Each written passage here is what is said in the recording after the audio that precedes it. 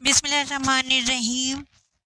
عید الاضحیٰ قریب ہے تو اس حوالے سے میں نے قربانی کا ٹاپک چوز کیا ہے اپنی ویڈیو کے لیے۔ ویڈیو پسند آئے تو میرے چینل کو سبسکرائب کیجیے گا اور بیل آئیکن کو پریس کرنا نہیں بھولیے گا تاکہ میری ہر نئی آنے والی ویڈیو آپ تک پہنچ جائے، اور کمنٹ کرنا نہیں بھولیے گا۔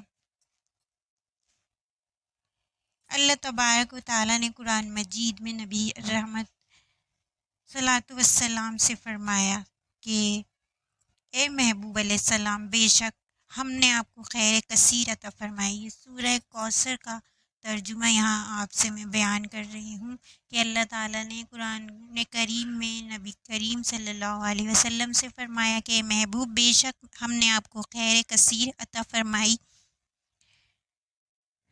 اب آپ اپنے رب کے لیے نماز پڑھیں اور قربانی کریں، اور آپ کا جو دشمن ہے وہ بے نام و نشان رہے گا۔ قربانی شعائر اسلام میں سے ہے۔ قربانی اللہ تعالیٰ کو بہت محبوب ہے۔ نبی کریم صلی اللہ علیہ وآلہ وسلم نے فرمایا 10 ذی الحج کو جو عمل اللہ کو سب سے زیادہ پسند ہے، ظاہر سی بات ہے 10 ذی الحج کو فجر کی نماز بھی پڑھتے ہیں، عید کی نماز بھی پڑھتے ہیں، اور ذکر و اذکار بھی کرتے ہیں، عبادت بھی کرتے ہیں، اور بھی بہت سارے کام کرتے ہیں 10 ذی الحج کو۔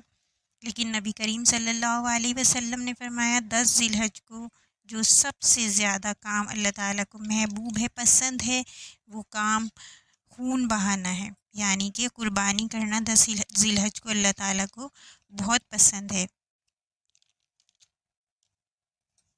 نبی کریم صلی اللہ علیہ وسلم نے اپنے صحابہ کی دلچسپی فرمائی ہے، قربانی کے ساتھ شوق اور ذوق کا ذکر فرمایا ہے۔ کچھ کام ایسے ہوتے ہیں جو کسی کی غیر موجودگی میں بھی ہو جاتے ہیں، تو نبی کریم صلی اللہ علیہ وآلہ وسلم نے حضرت فاطمہ الزہرا رضی اللہ تعالیٰ عنہ سے فرمایا کہ فاطمہ ادھر آؤ، میرے پاس کھڑی ہو جاؤ۔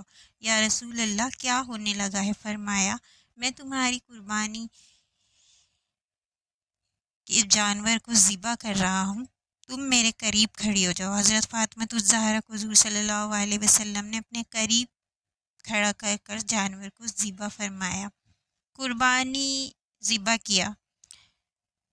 حضرت فاطمہ الزہرا رضی اللہ تعالیٰ عنہ کو حضور صلی اللہ علیہ وسلم نے اپنے پاس کھڑا کر کے جانور کو ذبح کیا۔ قربانی اللہ تعالیٰ کے رسول صلی اللہ علیہ وسلم 2 قربانیاں دیا کرتے تھے ہر سال، اور فرماتے تھے کہ ایک قربانی میری طرف سے ہے اور ایک میری امت کی طرف سے ہے۔ علی مولا کائنات حضرت